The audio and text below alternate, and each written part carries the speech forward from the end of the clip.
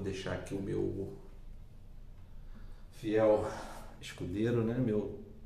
Meu parceiro, para a gente poder compartilhar da palavra de Deus. A gente vai orar e aí eu quero conversar com vocês nessa noite, né? Ministrar para nossa reflexão a palavra de Deus. Senhor, muito obrigado pelos louvores, obrigado por essa noite. Obrigado por todos os irmãos aqui presentes. Obrigado, Senhor, pela Tua presença acima de tudo. Então, continua falando conosco, Deus, em nome de Jesus. Amém. Meus amados, eu hoje quero trazer um tema que eu acredito esse tema mexe com todos nós. Deve mexer com você, porque ele mexe comigo com muita força, né? Eu, inclusive, acredito que esse tema que eu vou trazer hoje aqui deve faltar na maior parte dos dias para você, para mim, para nós, e na maior parte das situações que nós vivemos nessa vida. Hoje eu quero falar sobre paciência, muito mais falando sobre também a ausência da paciência. O salmista Davi, ele afirma: esperei com paciência no Senhor, e ele se inclinou para mim e ouviu o meu clamor. Salmo 40, né? Lá no seu versículo 1. Não é uma tarefa fácil esperar. Não é uma tarefa fácil ter paciência. E eu acredito que é ainda mais complicado, é ainda mais complexo esperar com paciência. Paulo diz que aquele que espera o que vê, ele não espera, porque como é que alguém espera o que vê, né? Davi diz: esperei com paciência. A gente não sabe exatamente o que ou pelo que o salmista estava passando. O que se pode deduzir a partir das informações dos historiadores, dos comentaristas, dos estudiosos, é que talvez ele tivesse uma enfermidade, e essa enfermidade realmente tinha levado Davi ao limbo, a uma situação muito crítica. Ou talvez ele estivesse passando por um perigo de morte muito grande, em que, olhando humanamente falando, seria impossível dele ser livre. E essa iminência de morte, então, deve ter gerado nele também um sentimento tão estranho que ele pôde perceber a sua miserabilidade, onde ele se encontrava, e clamar pelo Senhor, né? Clamar pelo Deus Todo-Poderoso. Mas o que sabemos a partir do que estudamos o texto é que a sua espera, o seu aguardo no Senhor, lhe trouxe o favor de Deus. E ele vai dizer ali nos versículos 2 e 3 o seguinte: tirou-me de um lago horrível, de um charco de lodo, pôs os meus pés sobre uma rocha, firmou os meus passos e pôs um novo cântico na minha boca, um hino ao nosso Deus. Muitos o verão e temerão e confiarão no Senhor. A espera de Davi, a paciência de Davi, o aguardo de Davi, o esperar com paciência no Senhor, produziu essa grande bênção. Inclusive, o que ele viveu, o seu livramento, a bênção de Deus, seria, para a honra e glória do nome do Senhor, um testemunho. Muitos o verão e temerão e confiarão no Senhor. E nessa noite eu gostaria, a partir também do que nós lemos em Davi, aqui nos Salmos, citando Davi, eu gostaria de convidar você para que a gente pensasse um pouco a respeito da espera paciente e também, ao mesmo tempo, em alguns textos, sobre a impaciência de alguns personagens bíblicos. E o nosso primeiro personagem é Abrão e Sarai, né? A esposa de Abrão. Percebam que Deus disse a Abrão, a partir ali do capítulo 12, Deus ele trata com Abrão de uma maneira muito específica. Deus faz promessas a ele. A partir do capítulo 16, então, Deus diz que daria um filho a Abrão, mesmo estando ele e sua esposa com idades avançadas. Seria um milagre, seria algo sobrenatural. Mesmo Abrão crendo no Senhor, né? Com o passar do tempo, a impaciência de Sara acabou afetando, corrompendo a paciência de Abrão de tal forma que ele aceitou, simplesmente aceitou, sem questionar, sem se impor a palavra da sua amada esposa para que ele pudesse se deitar com Agar, a sua serva. Bom, uma paciência que foi minada pela impaciência da esposa. Temos hoje um grave problema no mundo em que ninguém consegue resolvê-lo. Ninguém, absolutamente ninguém. Nós entendemos que Deus está no controle de todas as coisas, mas eu percebo que eles poderiam ter esperado pelo cumprimento da promessa, porque aquele que prometeu é poderoso para cumprir. Então vejam bem, vejam só, ao mesmo tempo que nós temos a paciência de Abrão, por causa das promessas que Deus havia feito a ele, e por causa das experiências que ele teve, saindo lá de Ur dos Caldeus, sai da tua terra, do meio da tua parentela, vai para uma terra que eu vou te mostrar. E ele simplesmente sai, ele vai. Deus então diz para ele que vai lhe dar um filho, ele pensa que é do seu servo que está na sua casa, o Damasceno, Eliezer, e Deus diz, não, é das tuas entranhas. Ele está entendendo isso, mas a partir do momento que a impaciência da mulher dele começou a se configurar na relação, essa impaciência minou a paciência de Abrão a ponto dele aceitar a palavra da sua esposa, né? A gente poderia olhar também para a impaciência de Esaú. O capítulo 25 de Gênesis diz o que aconteceu. Esaú já estava em casa, mas ele disse ao seu irmão que não fazia sentido algum ele ter um título ou ter um direito de primogenitura, uma vez que ele estava prestes a morrer e morrer de fome. Desconsiderando a importância do seu direito, desconsiderando a importância do seu título, ele simplesmente vendeu o seu direito de primogenitura por um prato de lentilha. A sua impaciência o fez desvalorizar algo excelente. E a coisa foi tão séria que o escritor aos Hebreus, ele faz uma declaração muito interessante. Ele diz assim: e ninguém seja devasso ou profano como Esaú, que por uma refeição vendeu o seu direito de primogenitura. Porque bem sabeis que, querendo ele ainda depois herdar a bênção,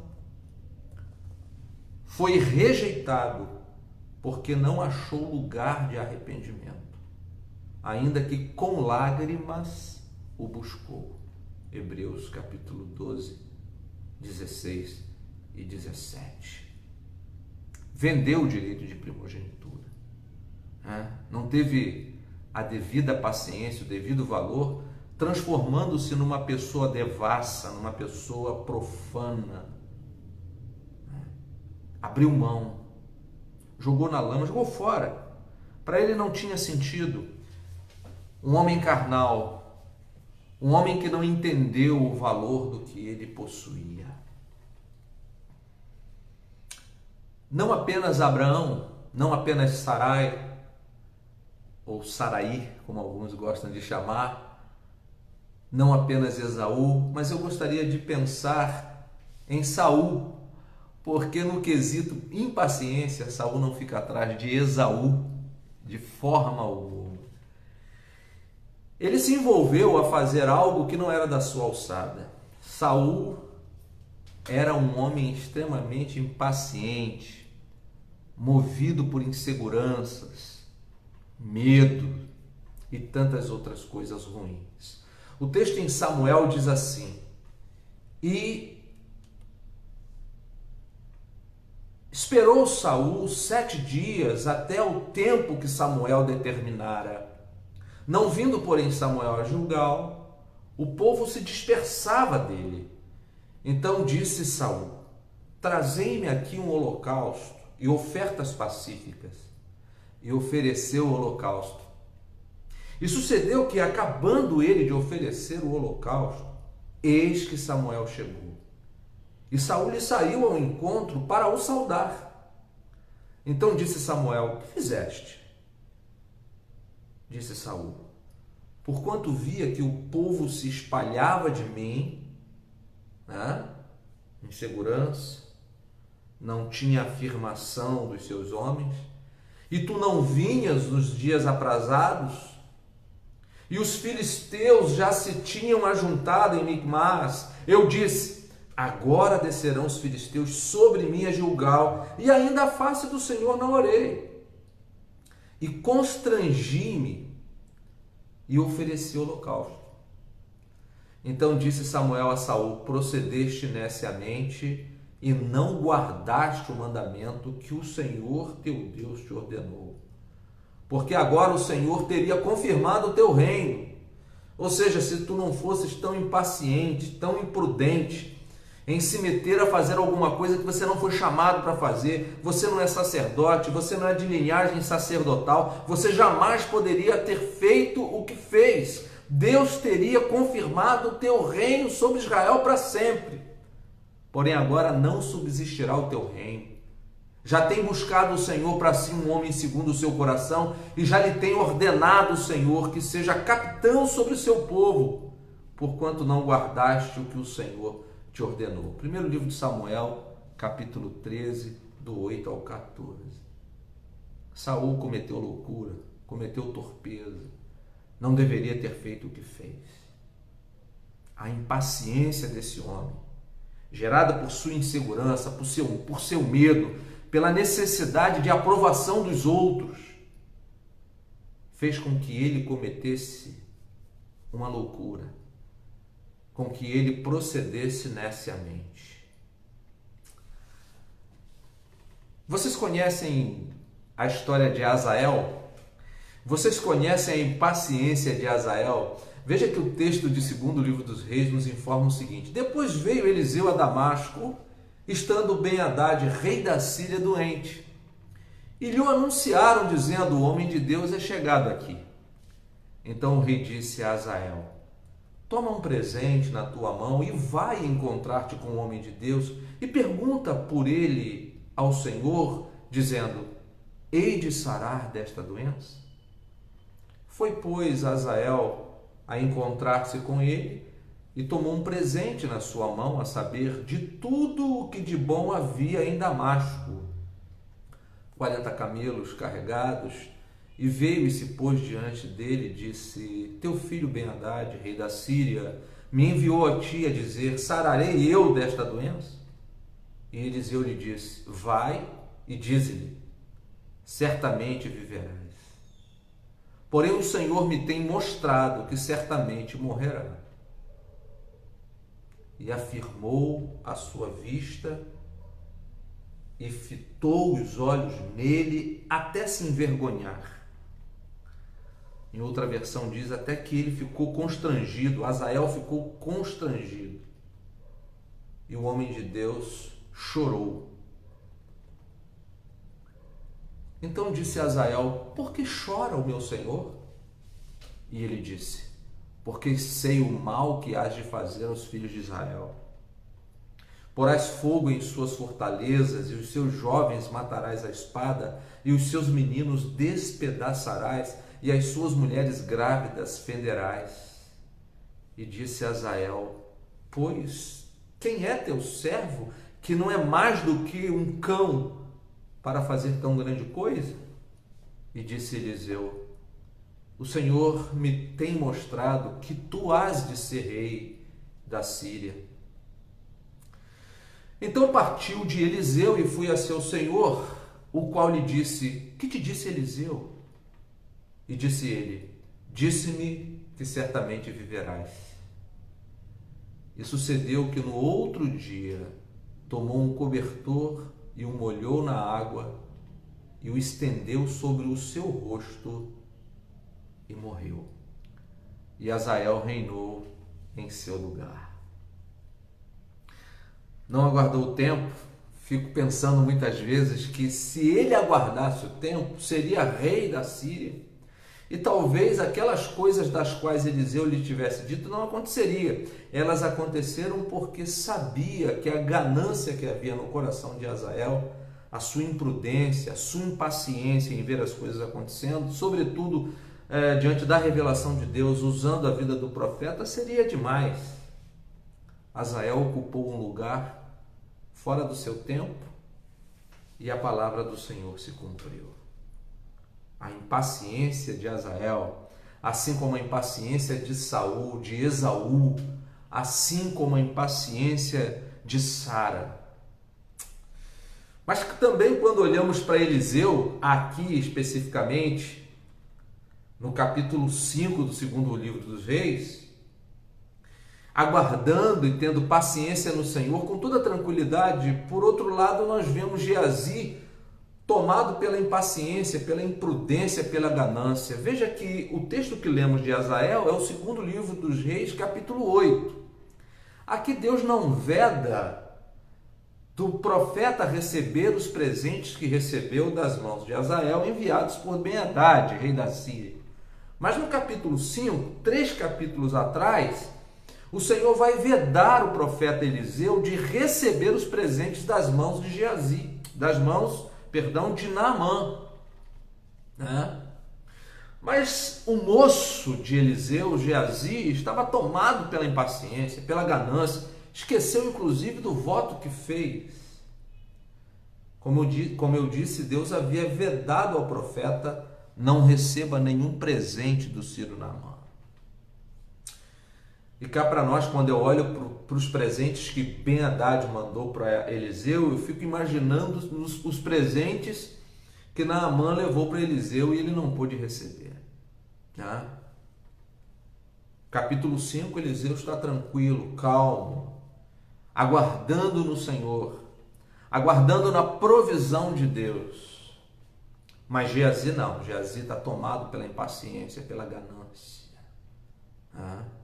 Deus tinha dito: não tome presentes das mãos de Naamã. E meus amados irmãos, quando Deus manda, é melhor obedecer.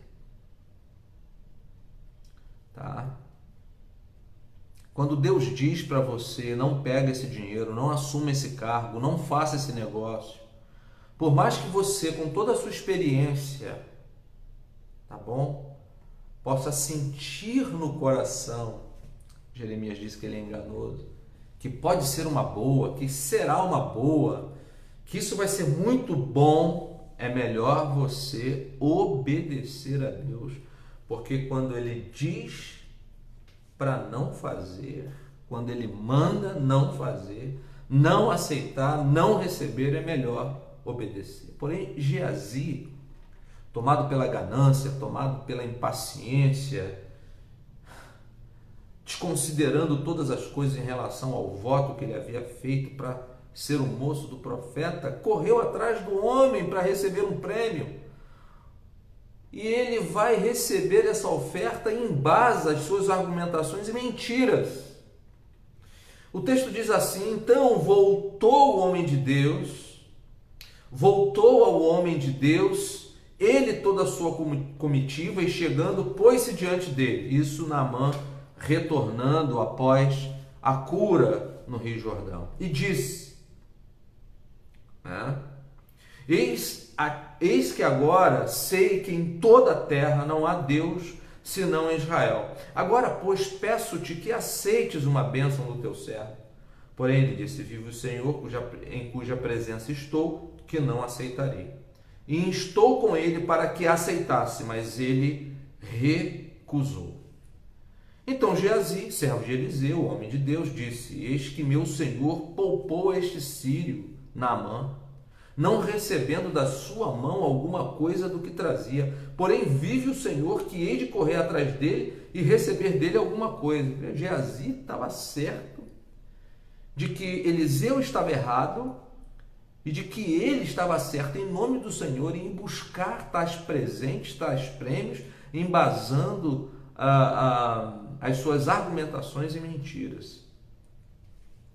E foi Geazi alcançar Naamã, e Naamã, vendo que corria atrás dele, desceu do carro a encontrá-lo e disse-lhe: vai tudo bem? E ele disse: tudo vai bem. Meu senhor me mandou dizer: eis que agora mesmo vieram a mim 2 jovens dos filhos dos profetas da montanha de Efraim. Dá-lhes, pois, 1 talento de prata e 2 mudas de roupas. Talvez isso aqui fosse mais simples dele esconder, de negociar, porque era para ele, e não para os filhos dos profetas da montanha de Efraim. E disse Naamã: se servido, toma 2 talentos, e instou com ele, e amarrou 2 talentos de prata em 2 sacos, com 2 mudas de roupa, e pô-los sobre dois dos seus servos, os quais o levaram diante dele. Era algo grande. E chegando ele a certa altura, tomou-os das suas mãos e os depositou na casa. E despediu aqueles homens e foram-se. Então ele entrou e pôs-se diante de seu senhor. Às vezes é isso que acontece, né? Muitas vezes, por causa da impaciência e da ganância, a pessoa tem que embasar as suas argumentações em mentiras. E depois ela vem e se coloca diante do Senhor como se nada tivesse acontecendo, né? Aqui no caso ele se colocou diante do seu Senhor, ou seja, diante de Eliseu, perdão. Mas eu parafraseio dizendo que a gente às vezes faz essas coisas e se coloca diante de Deus como se nada tivesse acontecido. E disse-lhe Eliseu: de onde vens, Geazi? E disse: teu servo não foi nem a uma nem a outra parte. Porém ele lhe disse: porventura não foi contigo o meu coração quando aquele homem voltou do seu carro a encontrar-te? Era ocasião para receberes prata e para tomares roupas, olivais e vinhas, ovelhas e bois, servos e servas? Portanto a lepra de Naamã se pegará a ti e a tua descendência para sempre. Então saiu de diante dele leproso, branco como a neve.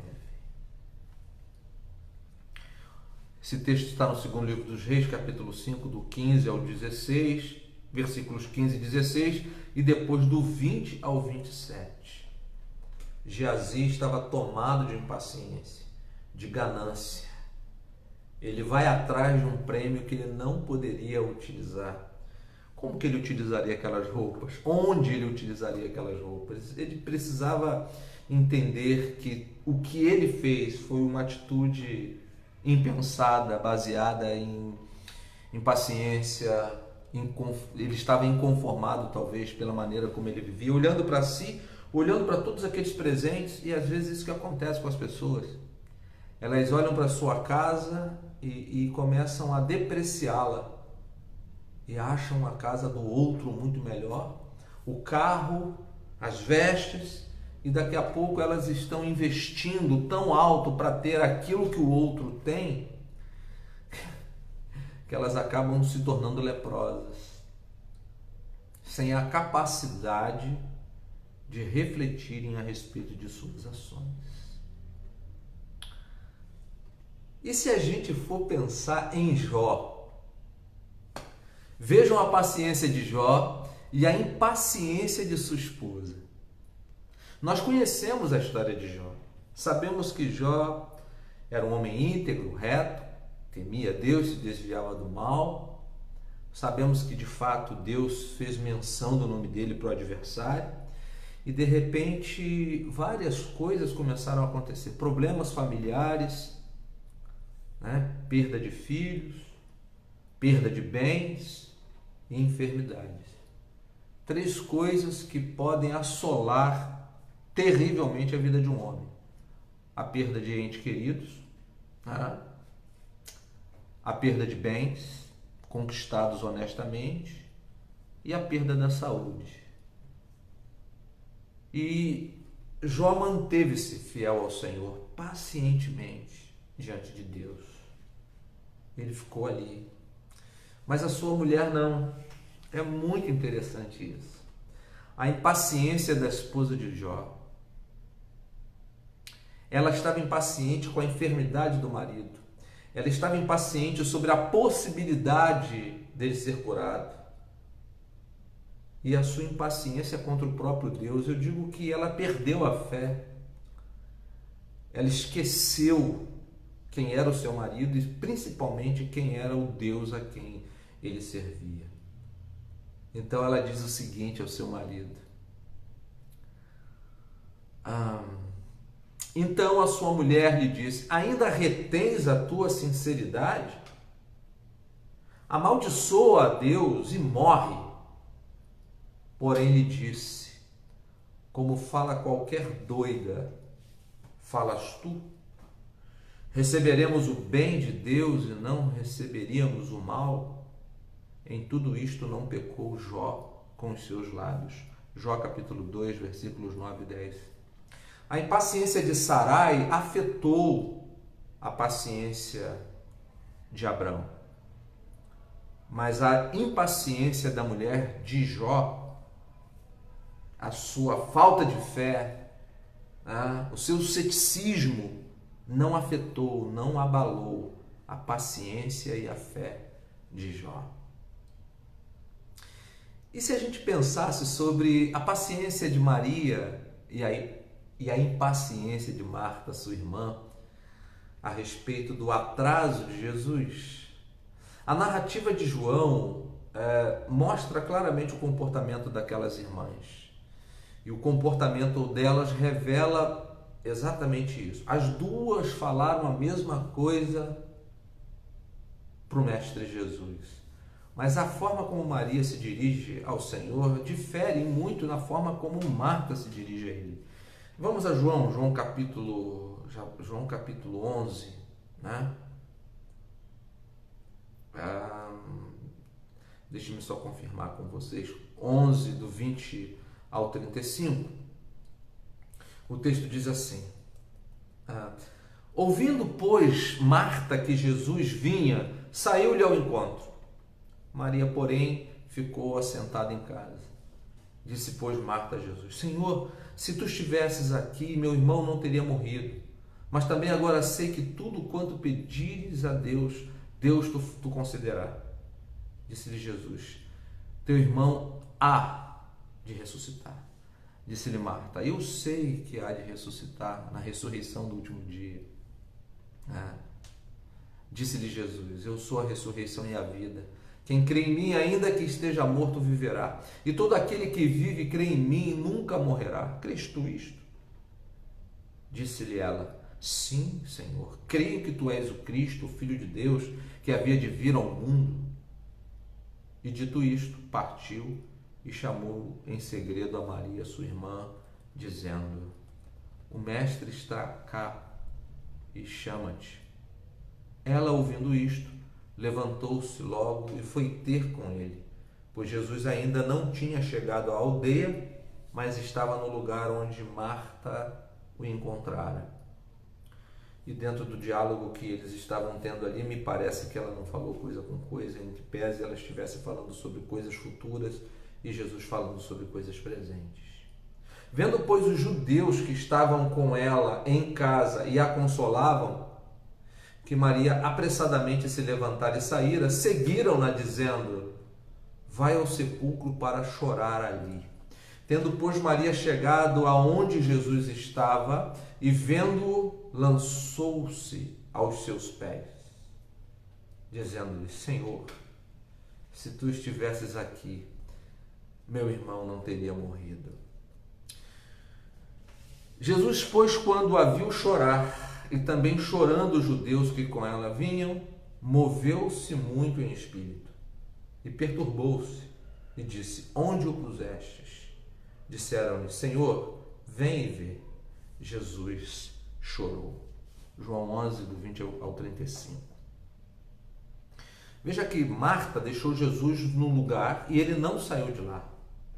O encontro de Marta com Cristo o deixou paralisado no lugar onde ele estava. Ele não havia entrado na aldeia ainda.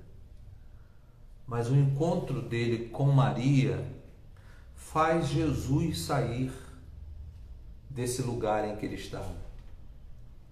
Quando eu digo isso, eu não quero dizer que ele se moveu, mas a sua ação enquanto o Filho de Deus, o amigo de Maria, de Marta e de Lázaro, ele se moveu, ele se comoveu, ele saiu daquele lugar.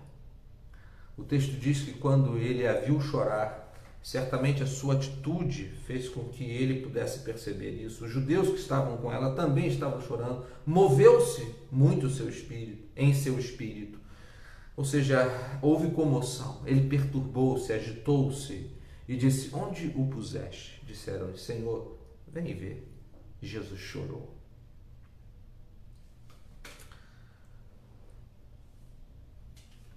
Ambas estavam impacientes, né? Aguardavam o mestre. Mas a atitude de Marta é totalmente diferente da atitude de Maria. Marta mostra-se alguém conhecedora das Escrituras, com conhecimento do que iria acontecer no futuro, mas talvez a sua impaciência, a sua agitação não a permitisse enxergar o que estava por acontecer e sobre o que Jesus estava falando. Meus amados irmãos, nós vivemos em um contexto pós-moderno em que a gente está sendo ensinado a detestar esperar. Quanto mais a gente esperar com paciência, pode observar isso. Olhe para você nesse momento. Você, eu, nós estamos sendo ensinados por esse mundo pós-moderno a detestarmos esperar, quiçá esperar com paciência. A internet está lenta. Ai, meu Deus do céu. O almoço ainda não está pronto, ainda não está pronto. A verdade é que a gente não suporta, não gosta de esperar ninguém. Marcou comigo, tem que estar.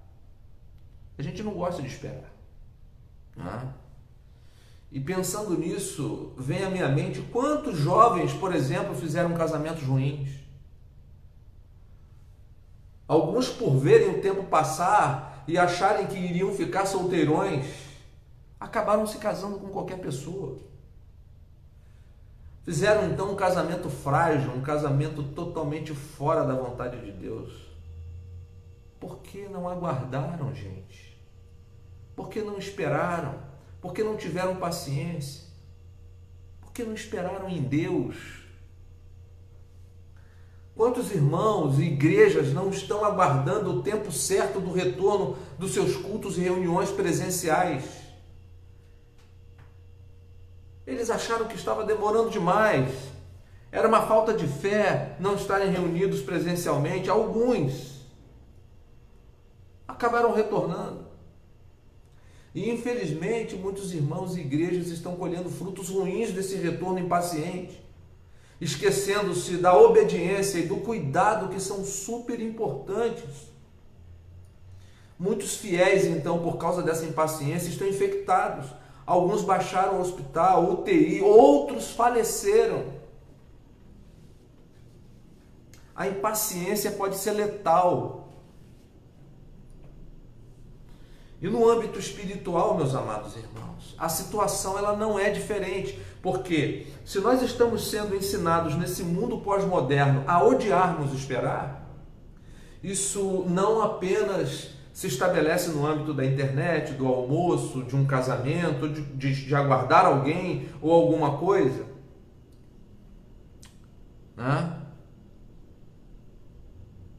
Eu estou aguardando uma coisa, aguardando.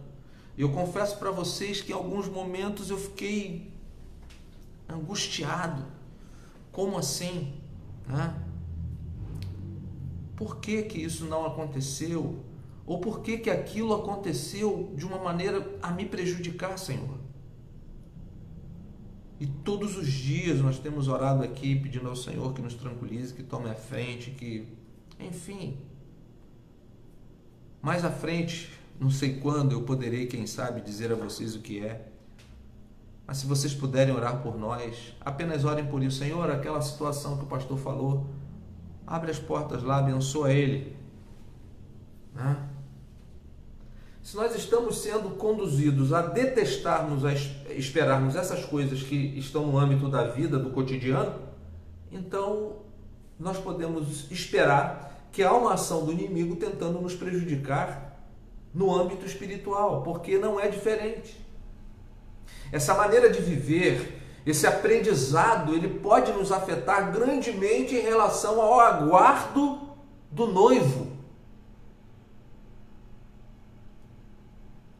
Nós somos a noiva do Cordeiro, nós somos a igreja do Senhor, nós vamos nos encontrar com Ele nos ares, mas muitos, pela impaciência, não acreditam mais que haverá o arrebatamento. Perderam a fé, pararam de se preocupar com suas vidas, estão levando uma vida religiosa, não frutificam mais para o reino, trabalham a semana inteira, pedem a Deus que os abençoe, que os dê saúde, que eles possam ir bem nos negócios, oram por suas famílias, proteção do Pai, mas na hora de fazer alguma coisa para honrar o nome de Jesus, simplesmente esquecem do Senhor. Eles vão fazer qualquer coisa. Deus depois. Esses, infelizmente, estão acreditando que naquele dia haverá um jeitinho brasileiro. Talvez possa contar uma história para eu passar. E aí, meus amados irmãos, Pedro nos faz um alerta em relação a isso. Vejamos o que ele diz. Sabendo primeiro isto, que nos últimos dias virão escarnecedores, andando segundo as suas próprias concupiscências e dizendo: onde está a promessa da sua vinda? Porque desde que os pais dormiram, todas as coisas permanecem como desde o princípio da criação. Eles voluntariamente ignoram isto, que pela palavra de Deus, já desde a antiguidade existiram os céus e a terra, que foi tirada da água e do meio da água subsiste. E no meio da água subsiste, pelas quais coisas pereceu o mundo de então, coberto com as águas do dilúvio, mas os céus e a terra que agora existem, pela mesma palavra, se reservam como tesouro e se aguardam para o fogo, até o dia do juízo e da perdição dos homens ímpios. O texto nos deixa claro que haverá um julgamento.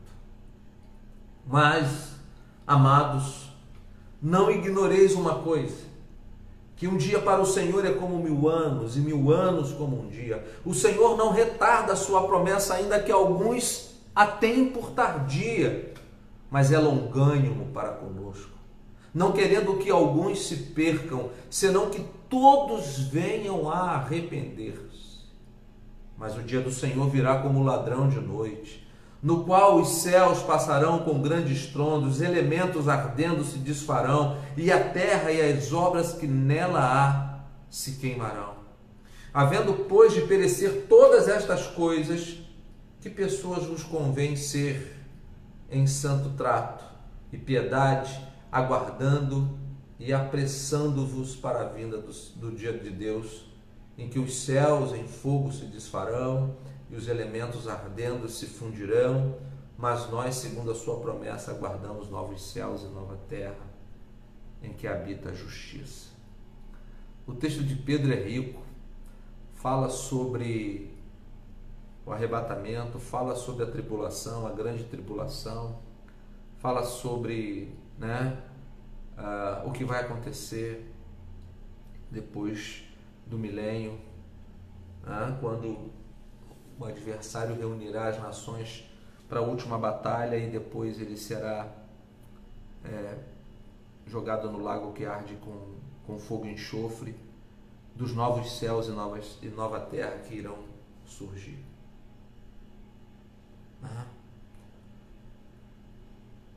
Por isso, amados, guardando estas coisas, procurai que dele sejais achados imaculados e irrepreensíveis em paz.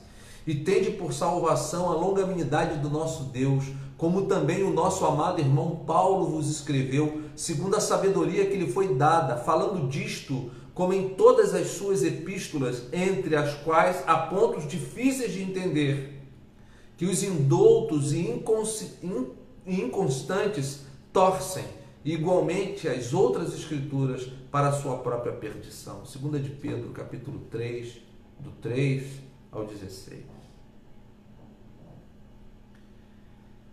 Essa impaciência pode gerar rebeldia, ceticismo, arrogância.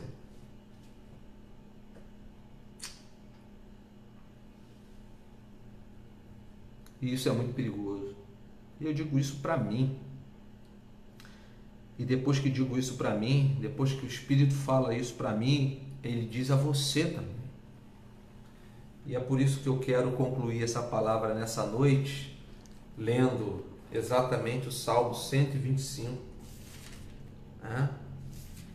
O Salmo 125 diz: os que confiam no Senhor serão como o monte de Sião, que não se abala, mas permanece para sempre. Assim como estão os montes à roda de Jerusalém, assim o Senhor está em volta do seu povo desde agora e para sempre. Porque o cetro da impiedade não permanecerá sobre a sorte dos justos, para que o justo não estenda as suas mãos para a iniquidade. Faze bem, ó Senhor, aos bons e aos que são retos de coração, quanto àqueles que se desviam para os seus caminhos tortuosos, levá-los-á o Senhor com os que praticam a maldade. Paz sobre Israel. O que eu tenho para dizer para você nessa noite é: espera no Senhor, aguarde no Senhor, confie no Senhor. Cuidado com as decisões precipitadas. Eu sei que você é muito inteligente, eu reconheço que você tem uma capacidade maravilhosa, divina, mas você não sabe o que vai acontecer amanhã. Você não sabe o que vai acontecer a semana que vem, não sabe o que vai acontecer mês que vem, o que vai acontecer o ano que vem. Então espere, aguarde. Seja capaz de ter paciência, de aguardar no Senhor.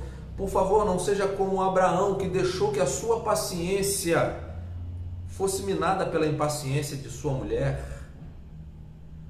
Não seja como Esaú, devasso, profano, que vendeu o seu direito de primogenitura já estando em casa, afirmando que aquilo não valeria de nada para ele porque ele morreria de fome.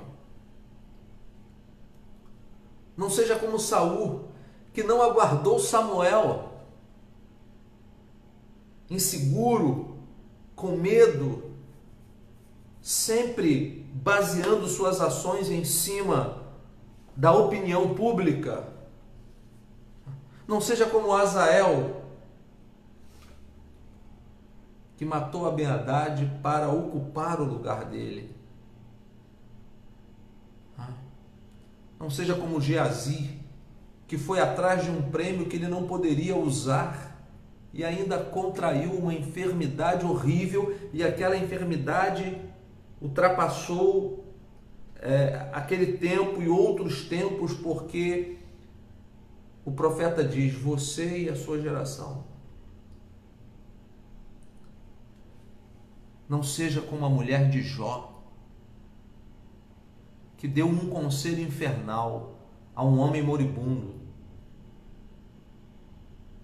Porque às vezes você encontra uma pessoa em dúvida, uma pessoa ferida, às vezes uma pessoa magoada com uma situação, E ao invés de você guardar o outro, de você guardar a igreja, de você guardar a Deus, você é usada pelo diabo, assim como a mulher de Jó foi usada. Você ainda permanece ainda fiel a essa igreja aí? Você ainda gosta desse presbítero, desse pastor? Você ainda acha que esse irmão amaldiçoa isso e morre?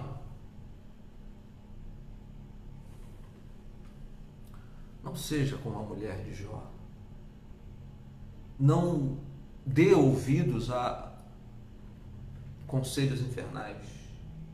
Não seja como Marta, que não soube como expressar-se diante do mestre por conta da sua impaciência, dos seus sentimentos, das suas emoções misturadas, porque o recado chegou e Jesus ainda se demorou 2 dias. A culpa é tua, Senhor. Se tu estivesse aqui, ele não teria morrido. Foi por causa da tua demora que ele morreu. Não seja como muitos irmãos que por causa de sua impaciência, por serem impacientes, já não aguardam mais o noivo, já não esperam mais o arrebatamento.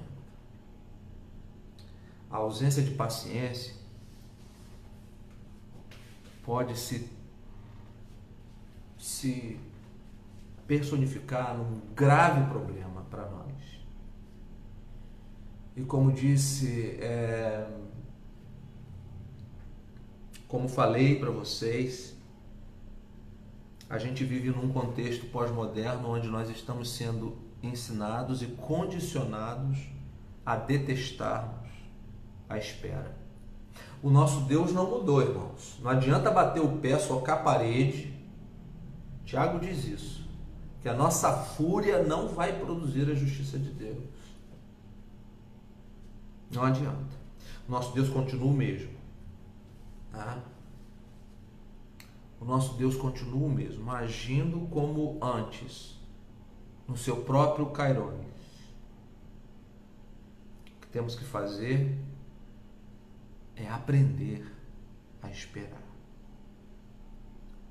Como aquela canção. Esperei com paciência no Senhor. Salmo 40, né? Que nós iniciamos.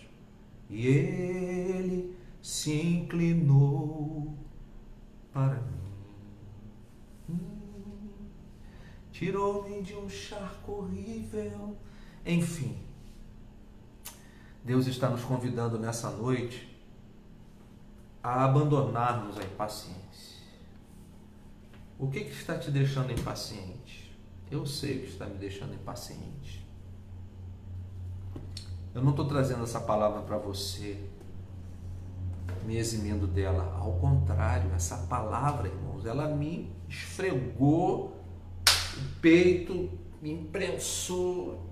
Meu Deus, pega leve. Deus disse, você precisa ouvir isso. Você precisa ouvir isso de mim.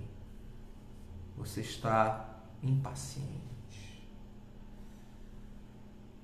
Impaciente. E esse mundo digital nos deixa impacientes.